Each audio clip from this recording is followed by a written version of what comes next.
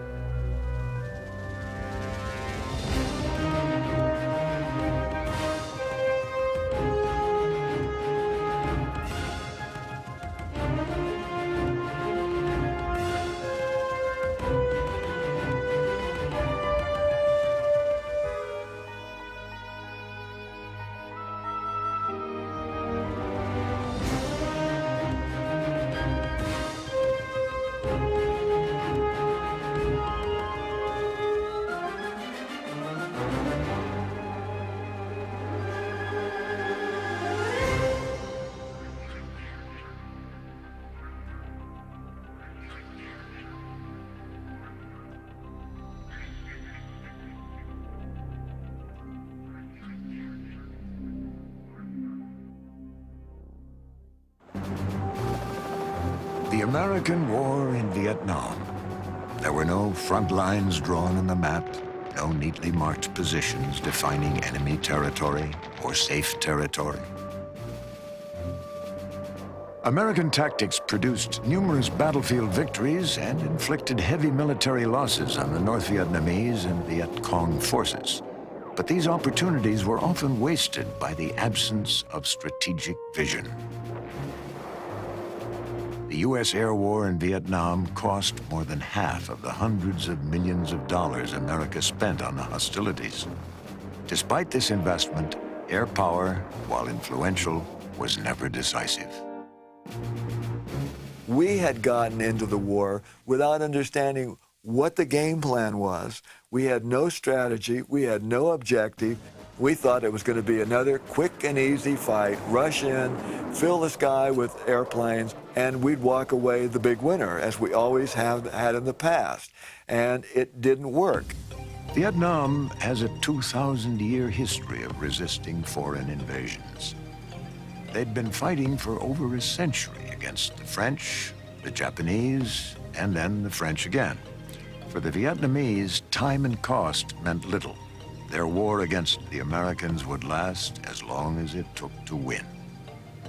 If they did not succeed, then their children would, or their grandchildren. Our slogan at that time was just to fight. We know that as long as the Americans decided to stay and get involved with the Vietnam War, it would be impossible, to reunify the country. Like their French predecessors in the First Indochina War, American leaders and the government of South Vietnam never understood that the communists were willing to lose longer than the Americans were willing to win. We accept the death of millions of people. We justify this huge loss because of the belief that the independence for our country will justify the sacrifice. We don't put a limit on the number of human lives lost. Independence is the most precious thing we must have. So we would do everything to fight and discourage the Americans from getting involved and make life really difficult for them so that they would withdraw from Vietnam and leaving the internal affairs of the Vietnamese to the Vietnamese. Most historians date the U.S. air war from 1962 to 1973. In fact, the U.S. Air Force had been quietly sending advisors to South Vietnam as early as 1950 to support the French in the First Indochina War. This assistance continued after Ho Chi Minh led the communist Viet Minh to victory over the French at Dien Bien Phu and the partitioning of Vietnam into the North and the South in 1955. Essentially, the air war in Vietnam can be broken down into three parts. There was Rolling Thunder from 65 to 68, there was the interdiction in Laos from 68 through 72, and then the linebacker campaigns in 72.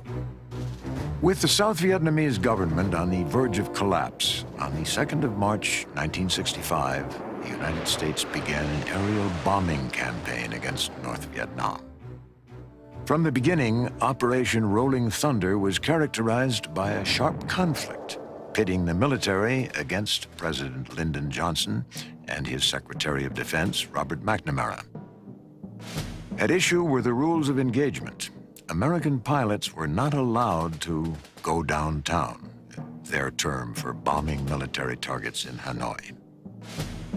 And the first 3 or 4 years of the war, there's no doubt that the White House controlling the air battle, the rules of engagement, and saying that some targets could and could not be hit, trying to delineate where the air effort would go in against the advice of the air planners. I think that that was a major fault. President Johnson and Secretary McNamara alternated gradual escalation with long bombing halts in a belief that they could lure the North Vietnamese, led by Ho Chi Minh and General Nguyen Giap, to the negotiating table. Against the advice of his senior military commanders, Johnson personally approved and picked each military target. Johnson's idea was that people would get more and more fearful as the bombs got closer and closer, but what it really did is it gave the Vietnamese an opportunity to fine-tune their air defense system so that by the time the bombs did get to Hanoi, they had the most sophisticated air defense system in the world. Johnson feared that a full-scale bombing campaign might trigger a Chinese or Russian military response, never suspecting the depth of both countries' involvement in North Vietnam's air defenses. The American politicians were very concerned that we'd have a rerun of the Korean War, where once the North Koreans had been started to be pushed back, the Chinese started to get involved in a big way and almost tipped the balance. The thought of having Mao's guerrilla army of 5 million men suddenly available to General Giap, I think, was something which the Americans were very concerned about. Johnson believed in the carrot and stick approach. Hit your opponent over the head with a stick, and then offer him a little piece of carrot. He was convinced that limited bombing raids would persuade Hanoi to negotiate rather than face an all-out offensive. But Johnson and McNamara were making a critical miscalculation. They failed to understand their enemy. They did not understand communism. They certainly did not understand that Ho Chi Minh was an international communist, and that was his primary mission in life, was to advance communism. Johnson was a Texas politician. His problem is that he didn't understand the Vietnamese worldview, that this carrot and stick approach was not something that they understood, and that's not how they operated. The only thing the Vietnamese understood was force.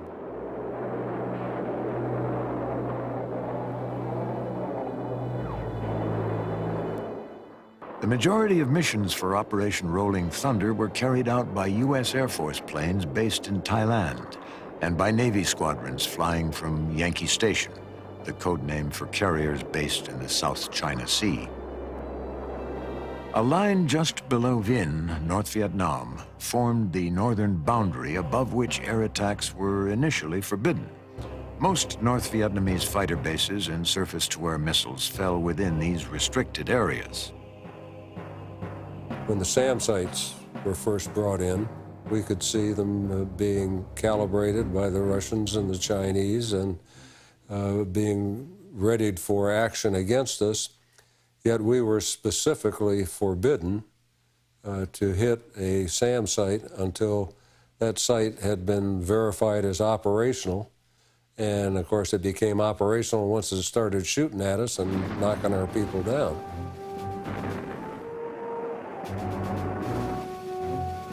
A newly uncovered classified Soviet document, encoded telegram number 13987, verifies that it was in fact Soviet soldiers who shot down 5 American planes in the first SAM missile attack of the Vietnam War in July 1965.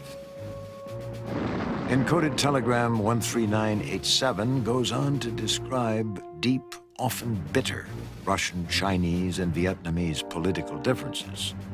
The so-called international brotherhood that Johnson and McNamara feared was actually strained by cultural tensions and political disagreements. The China card was a big farce. Internally, China was going through great problems. They were very unstable. They were frightened about the Russian attitude. The Russians and the Chinese were at each other's throat. The relationship between Russia and Vietnam during the war was awful. It was very belligerent, and the Vietnamese actually were quite adept of working the lines between China and Russia in order to continue their efforts. The other thing you have to remember is the historical antipathy between the Vietnamese and the Chinese people. They hate each other, and they have fought 3 wars over the sovereignty of areas in the north of the country in the last 100 years alone. These are not people who are natural allies.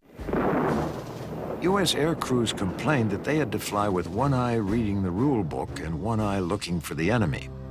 The frustration pilots felt with Johnson's approach to the air war, its rules of engagement and political legacy of micromanaged control exploded on the 2nd of June, 1967. A Soviet freighter named the Turkestan was strafed in a harbor 40 miles south of Haiphong.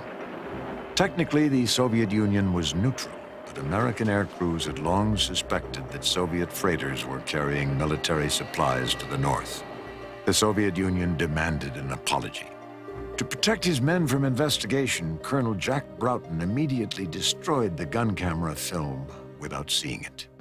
But within a week, the U.S. apologized, and Broughton and his 2 pilots were court-martialed. I was charged with 4 counts of conspiracy against the United States government, as were my 2 pilots.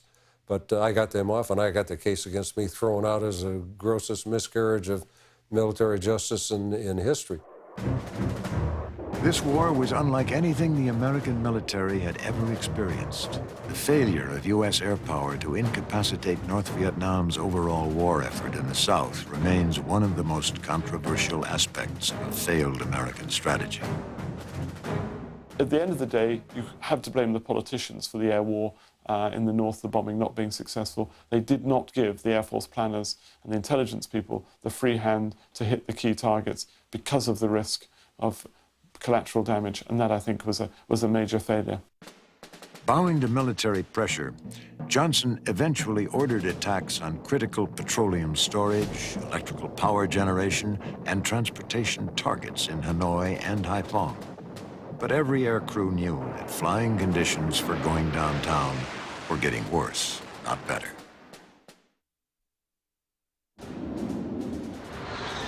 By early spring of 1968, the Johnson administration was facing several harsh realities concerning the air war over North Vietnam. The first was that the bombing zones around Hanoi and Haiphong Harbor had become wall-to-wall zones, the heaviest anti-aircraft defenses ever designed. The highest number of losses took place here, in an area known as Route Package 6, one of 6 bombing sectors in Vietnam.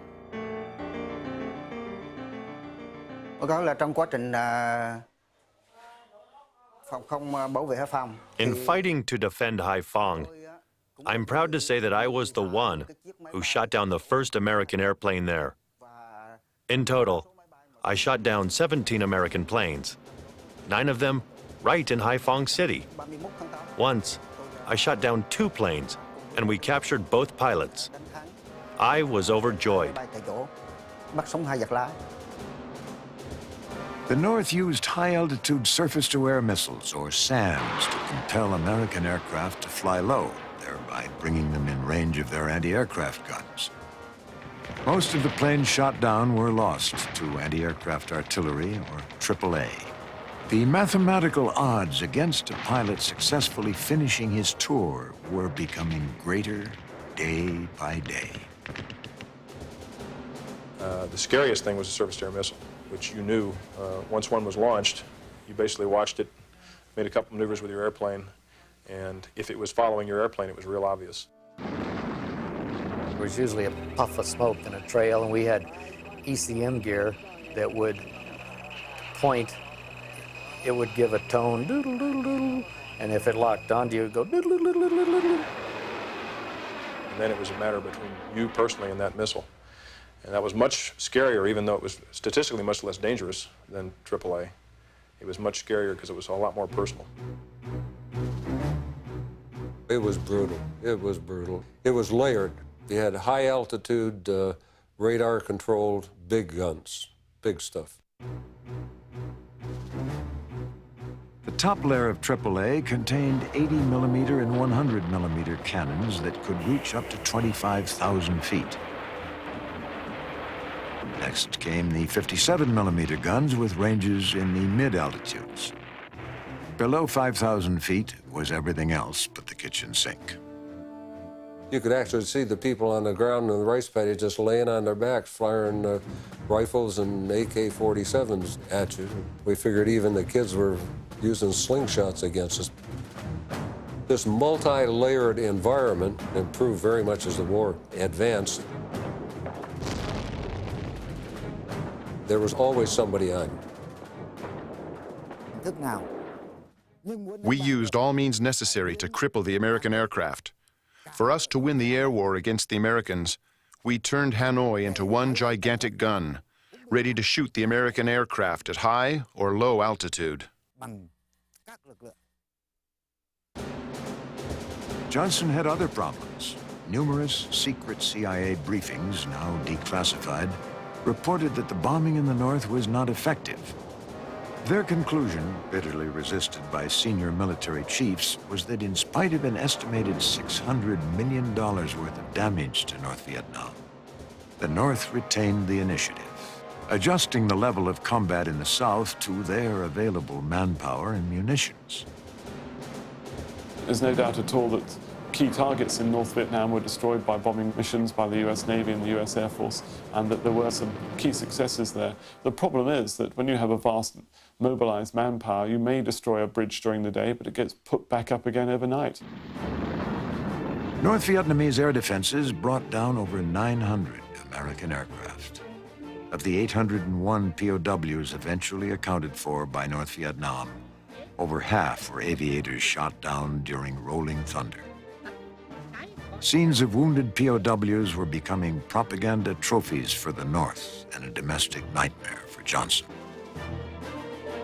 Get up and I basically just sort of addressed the possibilities of the day, one of which is I'd get killed, another one of which was that I'd make it back okay, and the third one was I'd end up as a prisoner of war in Hanoi. A SAM missile came out of nowhere. Fortunately, it didn't explode until just after the cockpit and actually took out the rear end of the airplane.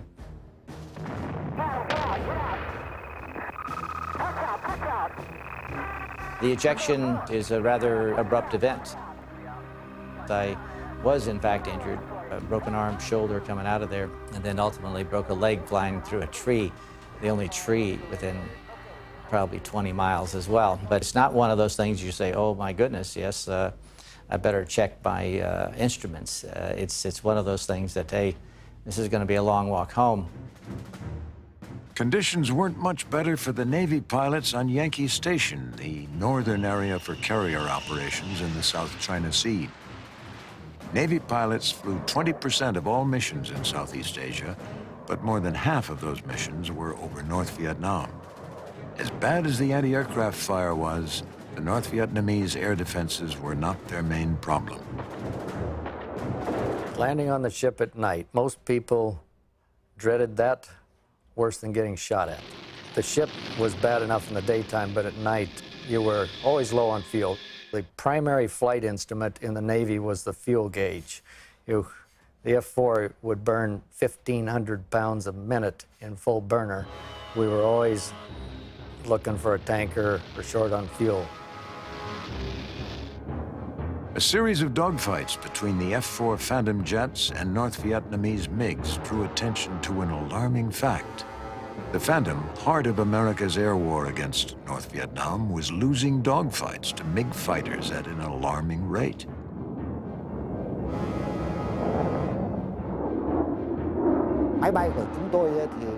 The MiG-17 that we used was provided by the Russians.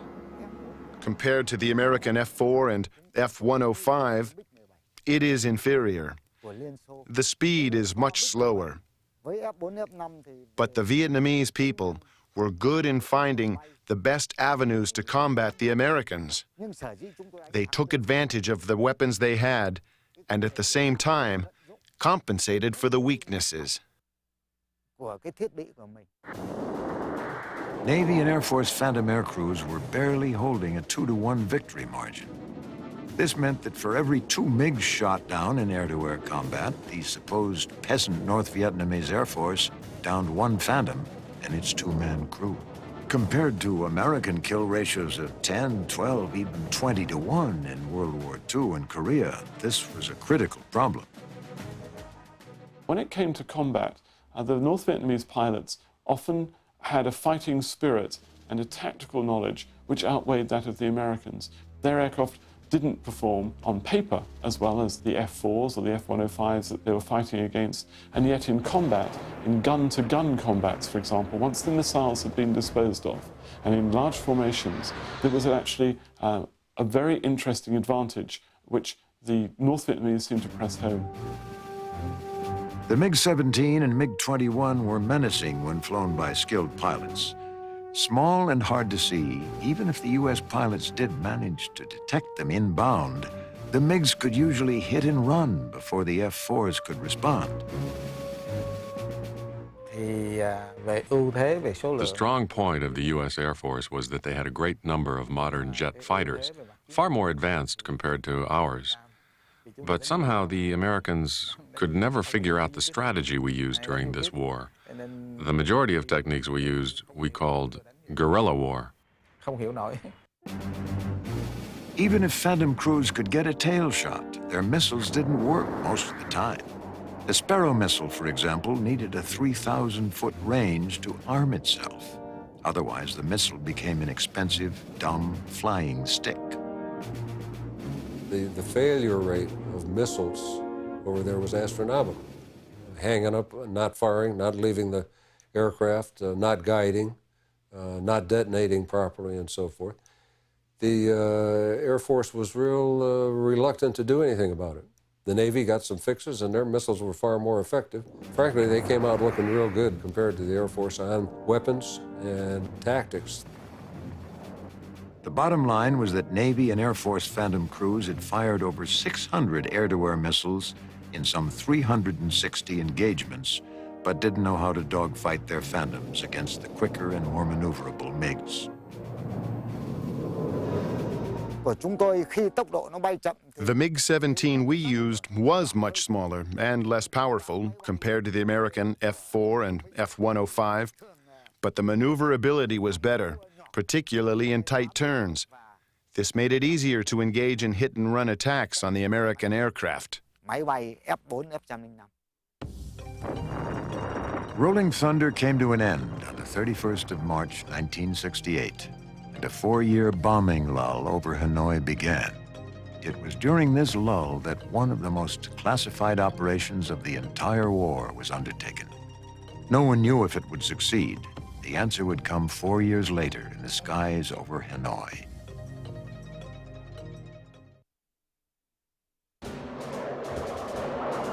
The air attack on the Ho Chi Minh Trail was the largest bombing effort outside Vietnam during the war.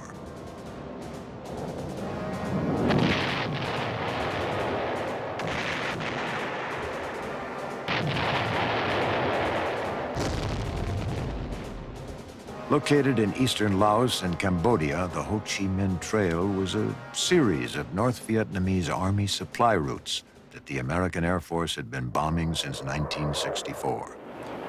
The CIA and U.S. Special Forces had also been running small ground and air operations in eastern Laos and Cambodia for years in a secret war that remains mostly classified.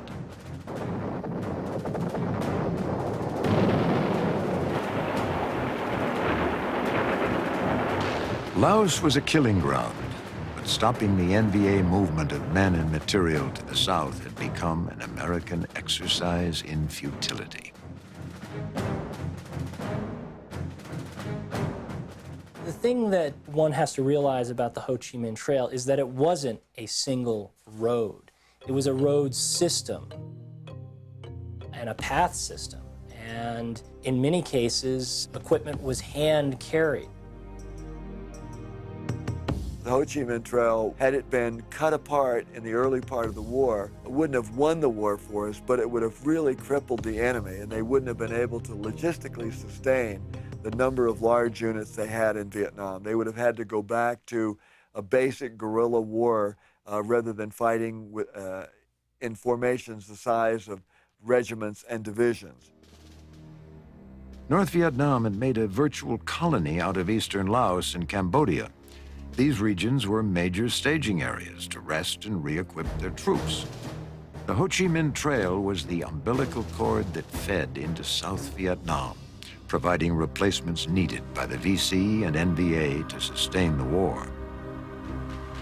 Mỹ mà đánh vào đường mòn đó thì có thể gây những trở ngại bởi vì If American ground troops had ever attacked the Ho Chi Minh Trail, they could have destroyed our entire supply infrastructures, which were set up along the entire trail.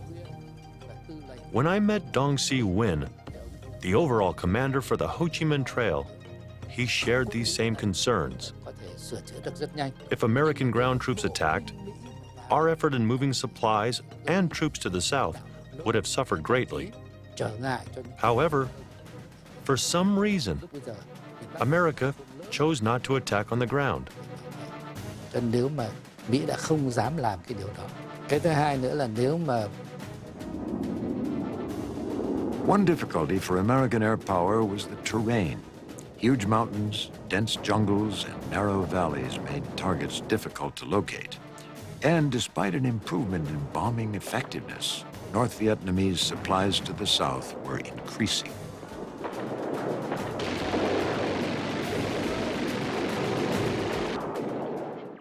It was very well camouflaged. In some places, it was no bigger than a bicycle could be pushed through, and they could put 400 to 500 pounds on a bicycle, and one man could push it, one woman could push it. These never-before-seen NVA films demonstrate that the journey to the south was an extremely long and dangerous one.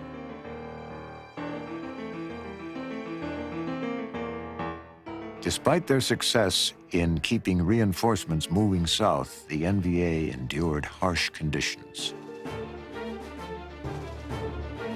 Their commitment was undeniable. You try to survive the malaria, hungers, and bombardments and other things.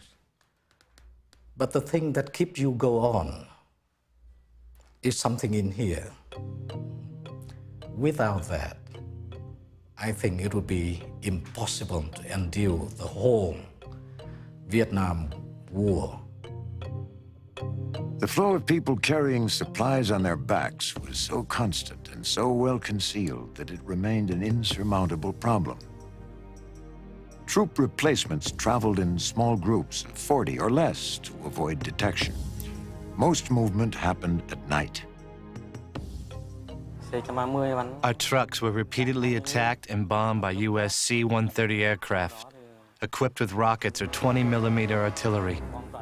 No matter how many times we were attacked, we didn't let the enemy keep us from reaching our destination, even if some of us were killed. Circling the skies above Laos and Cambodia, reconnaissance aircraft scanned the ground using high-resolution photographs and radar for evidence of enemy movement. I remember many times the US B-52s chased us and bombed us. They also tried to attack our stored-up equipment and supplies. B-52s chased us everywhere we went. Every time the convoy went out, the US airplanes followed us.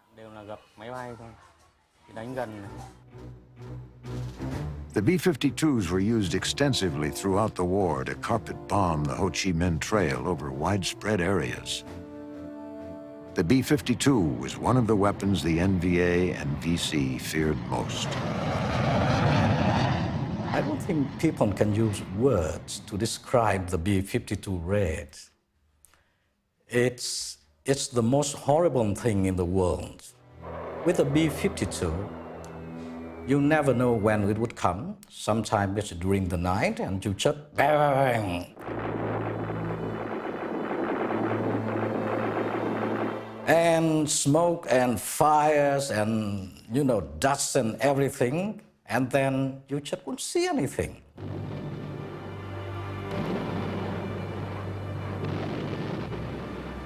And when the smoke cleared, you got up, you shouted, you couldn't hear your own voice. And then you group around for your friends and find, who survived and who had gone. And we were under B-52s many, many times. And I lost many friends in Laos because of the B-52.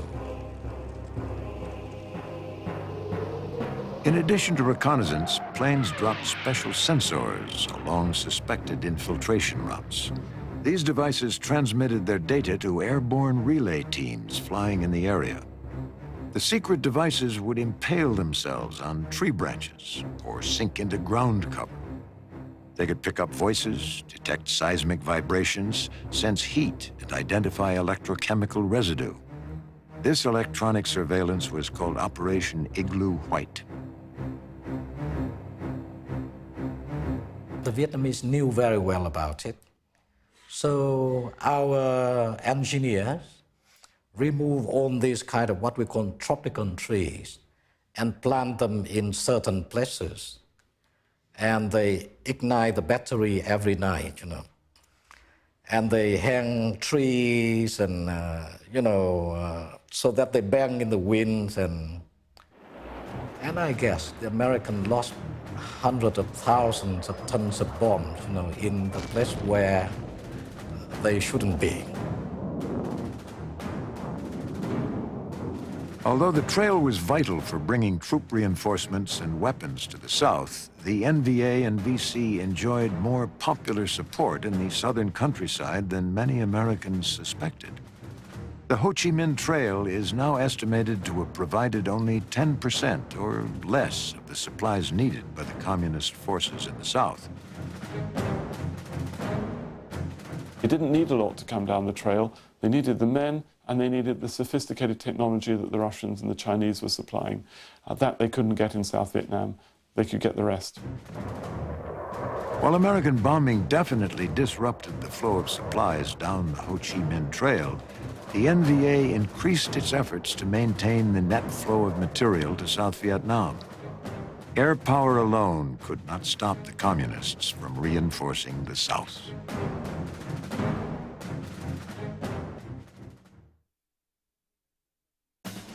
In May 1972, American planes were again flying over Hanoi. The U.S. military was hoping its success in aerial dogfights with MiGs would vastly improve from 4 years earlier when the Phantom had struggled against a smaller but well-trained North Vietnamese Air Force. I know that the American aircraft were very strong and that their technology was very advanced, but we still learned to cope with it, and we figured out a better way to fight them. As early as 1968, the North Vietnamese Air Force had become a serious threat. The U.S. Air Force, for whatever reason, never changed its fighter training. But the Navy was concerned. The threat of the rising air-to-air MiG capability exposed the U.S. fleet to a possible air attack. We all thought in the 50s that the day of the manned gun fighter was over, that there would be long-range missile engagements, and there wouldn't be fighter aircraft involved in combats. The Vietnamese didn't have the luxury of that technology. They had to have aircraft with limited air-to-air missiles, but they relied upon cannon armament. That was anyway the Russian and Chinese philosophy. Something had to be done. The solution was the creation of Top Gun, a highly classified Navy fighter weapons school which continues in operation today. Top Gun had one sole purpose: to give Navy F-4 pilots advanced training on how to fight and destroy Soviet-made aircraft. And the idea behind Top Gun is that you would take pilots, such as F-8 pilots and A-4 pilots, and you'd have them fly these more maneuverable aircraft against the F-4s. And you would teach the F-4 pilots how to dogfight. And it worked. On the 10th of May, 1972, naval aviators Randy Cunningham and Willie Driscoll proved the value of Top Gun. Their battlefield this day was 20,000 feet over Hanoi, and MiGs were out in force, outnumbering the Phantoms almost 3-1. Cunningham and Driscoll found themselves in the largest air-to-air battle of the war. As I reversed like this, a MiG-17 tracers were coming by my cockpit. And when they hit and broke into him, he overshot. His wingman went pure vertical like this. And the exact thought that went through my mind, his nose is high, he can't get to me before I get to him. So I just rolled underneath like this as he's overshooting, reverse, squeeze the trigger, he blew up that quick. In a matter of seconds, Cunningham and Driscoll had scored their first MiG kill of the day and their third of the war. In the next 15 minutes, they would live a lifetime. We ended up in combat spread again. We had all kinds of gas, all kinds of weapons. We did a cross turn, went back up in the vertical, and looked back behind us toward the target. There were 8 MiG-17s in a defensive wheel. Commander Dwight Timm had a MiG-17 here, he had a MiG-21 here, and a MiG-17 here. Well, as I came through that circle trying to knock the MiGs off of his tail, the other MiGs came around behind me, so I had 4 MiG-17s behind me. So I finally got the XO to reverse. The MiG turned after him. If you look like this, as he goes underneath like this, the MiG reverses his tail and I'm right here. I blew up this MiG. With 2 MiGs shot down in less than 15 minutes, Cunningham and Driscoll turned back toward their aircraft carrier and safety. They now had 4 MiG kills to their credit, more than any other Navy crew. We decided just to get out of Dodge at that time, hauling toward the Gulf of Tonkin, and you can see the water up ahead of us heading east, and that's where I saw a single MiG coming at me. My exact comment to Willie, "Watch this, Willie, I'm going to scare the blank out of this Gomer." Pressed him right down the snot locker like this, and all of a sudden his wing roots lit up. And it surprised me. So I went pure vertical, totally expecting the Gomer, the MiG, to keep running. And as I came back over the side like this and looked in the vertical over my ejection seat, straining to look behind me, I looked up and I saw a little set of Gomer goggles, a little Gomer scarf, and we were going canopy to canopy. Willie came up one time and says, "Duke, maybe we better let this guy go." And I said, "Willie, no." And I remember the anger. And I remember just gritting my teeth and going, and thinking, pulling, and I would have rammed him if I had to. Your emotions go from fear when a guy is shooting at you to fangs out anger where you will kill anything that moves. The American pilots were in a fight to the death with an enemy as skilled as they were. Later, the North Vietnamese pilot was tentatively identified as a mythological Colonel Toom, nicknamed by respectful American pilots for his alleged 13 American kills. But neither Colonel Toom's identity or indeed his actual existence has ever been confirmed.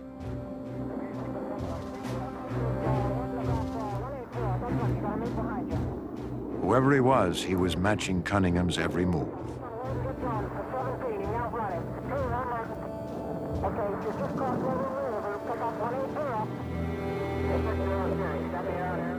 Came over the top like this, and he shot out here ahead of me.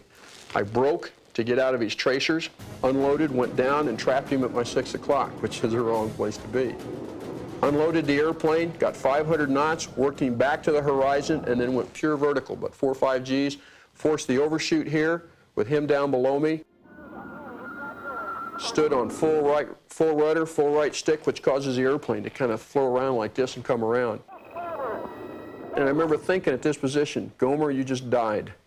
Because I'm starting to bring my weapon system on to bear. He waits till my nose is committed, and then he put out his Benson and Hedges, broke into me, forced the overshoot, left rudder, left stick, rolled. And this is called a rolling scissors.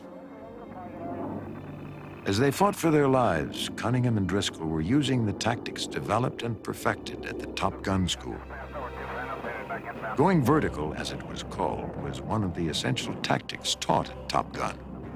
It avoided a turning contest with the smaller and quicker MiG while maximizing the F-4's speed and power. Each time the Phantom went vertical, the MiG would match it, move for move. 3 times they went into a vertical rolling scissors, but neither could gain an advantage. Running low on gas, Cunningham knew that if they lost altitude and speed, the MiG would gain the advantage. This time, for some reason, I think every time I'd outzoomed him in this vertical pull, he pulled his nose up first, nice and easy, trying to save the G and energy. Well, when he pulled his nose and looking at a place like this, I came back to idle, put out the speed brakes, and dropped my flaps. And I just really put on the G here to end up sliding behind him.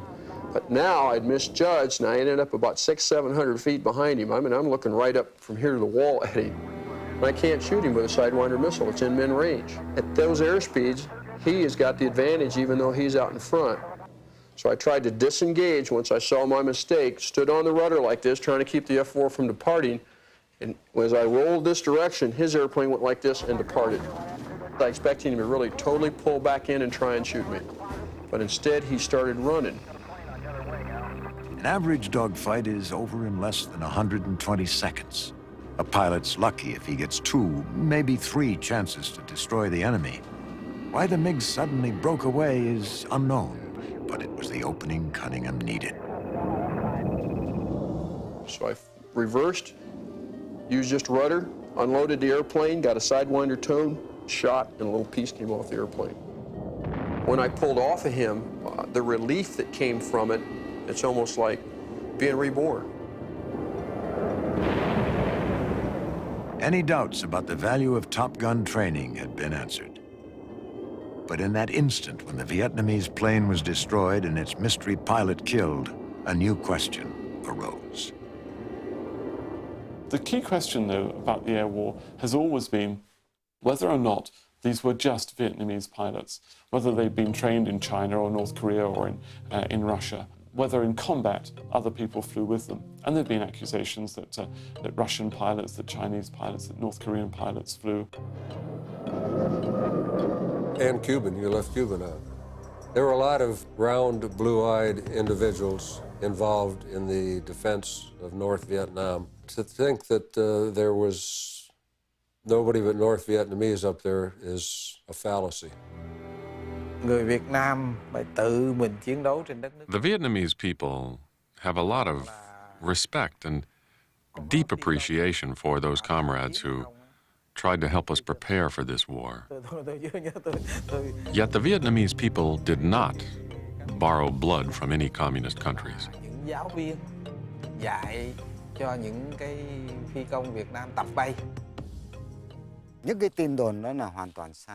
There was a Korean team of pilots that volunteered, but there was no Chinese, Russian, no Cuban troops or pilots flying for us during that time. There were no Chinese, Russian, or Cuban pilots in this war.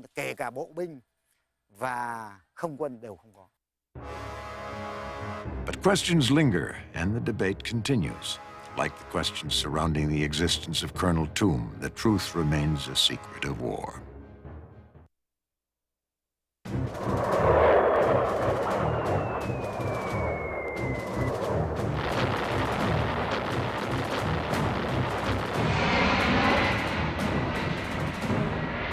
After a 4-year hiatus, the bombing of North Vietnam resumed. The North invaded invaded South Vietnam with tanks and conventional forces in the Easter invasion of 1972. President Richard Nixon, elected in 1968, ordered new bombing raids, code-named Linebacker. Linebacker was the final air campaign against North Vietnam. Its goal was to stop the invasion of South Vietnam by destroying the North Vietnamese Army's supply lines and by bombing Hanoi.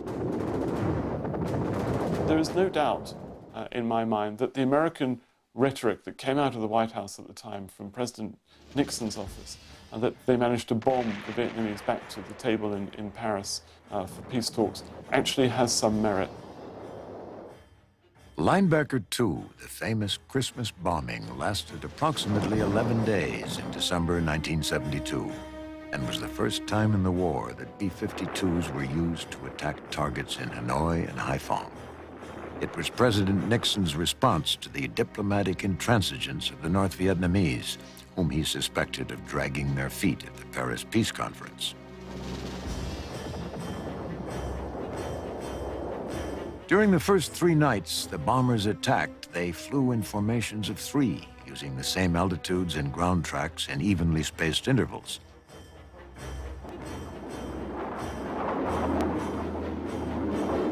On the first night, 3 B-52s were lost, and on the third night, a staggering 6 planes went down in a 9-hour period.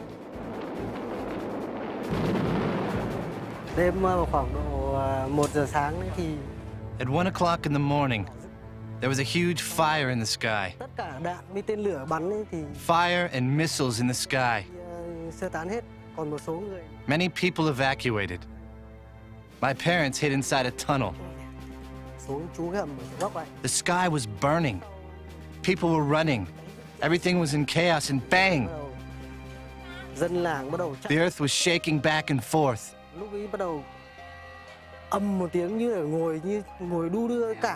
Then the earth was transformed. The water was splashing. The whole sky was fire.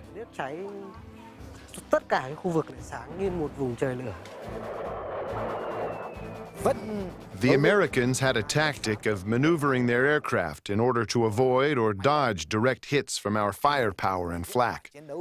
So when this happened, right away we figured out a new way to use the SAM-2, and we shot the pilots down. On the night of December 18th, 1972, in the city of Hanoi, we shot down 3 B-52 airplanes in the same spot. A story never widely publicized before reveals that frustration with the war was reaching deep into the American Air Force. Returning air crews from the raids staged a protest at their base at Guam over the serious losses and predictable tactics. The Air Force leadership quietly ordered a Christmas Day stand-down. The Vietnamese immediately boasted that their air defenses had killed 9 bombers and that the Americans couldn't endure the losses. Some historians claim that there was a mutiny or mutinous behavior, an unwillingness to fly any more missions under these conditions, under these strategies. I wouldn't define it as a mutiny. I would define it as a great amount of frustration expressed. On a single day, the 26th of December 1972, the air war over North Vietnam was decided. 120 B-52s and an additional 100 other bombers hit a variety of targets in Hanoi, all within 15 minutes. 2 B-52s went down that day, but the North Vietnamese air defense system was shattered. The effects of the B-52 strikes, combined attacks of the fighters and the bombers, when President Nixon turned everybody loose in 1972, were very, very effective. And they accomplished, in a matter of days and weeks, what was not accomplished in a 7-year time period.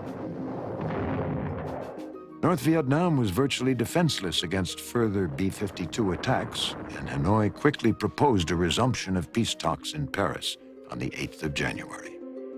the Americans finally understood that the North reacted only to overwhelming force. This was a demonstration of the capabilities of long-range air attacks that the United States could put in, and it could have put them in to any target in that area. And there's no doubt that there was not a stomach for the massive aerial blitz of North Vietnam by the North Vietnamese themselves. So Hanoi didn't want that to happen. The linebacker strikes were effective, but they came too late to offset the rising tide of American public opposition to the war. The North ultimately understood that the Americans could not sustain the political will necessary to win. In the end, although American air power played a decisive role in the resumption of the Paris peace talks, it could not overcome a 2,000-year Vietnamese history of resistance to one foreign enemy or another.